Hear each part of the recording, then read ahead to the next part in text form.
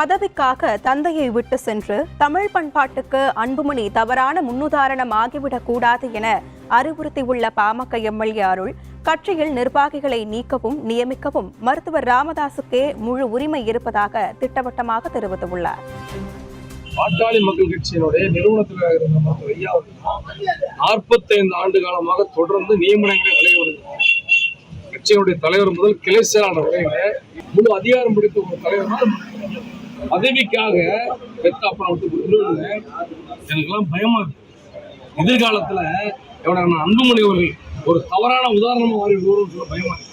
என்ன காரணம்னா, இன்னைக்கு பேசுறாங்க, கிராமத்தில் இருக்கிறவங்க பேசுறாங்க, நம்முடைய பாரம்பரியம் குடும்ப சங்கிலி கட்டுப்பாடுங்கிறது அப்பாவுக்கு கட்டுப்பட்டவர் மகன். இதுதான் கிராமத்துல நம்முடைய தமிழ் பண்பாடு.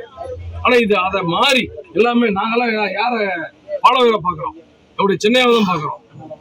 இப்ப இந்த மாதிரி அப்பாவுக்கு மகன் கட்டுப்பட மாட்டோம்னா இது ஒரு தவறான முன்னுதாரணமா இல்லை கிராமம் வரைக்கும் பெண்களும் ஆண்களும் பேசுறாங்க. இதுதான் வருத்தமா இருக்குது. அந்த மாதிரி தவறான முன்னுதாரணத்துக்கு அன்புமணி ஒரு ஆளாகி விடக்கூடாது என்ற பயம் எங்களுக்கு இருக்கிறது.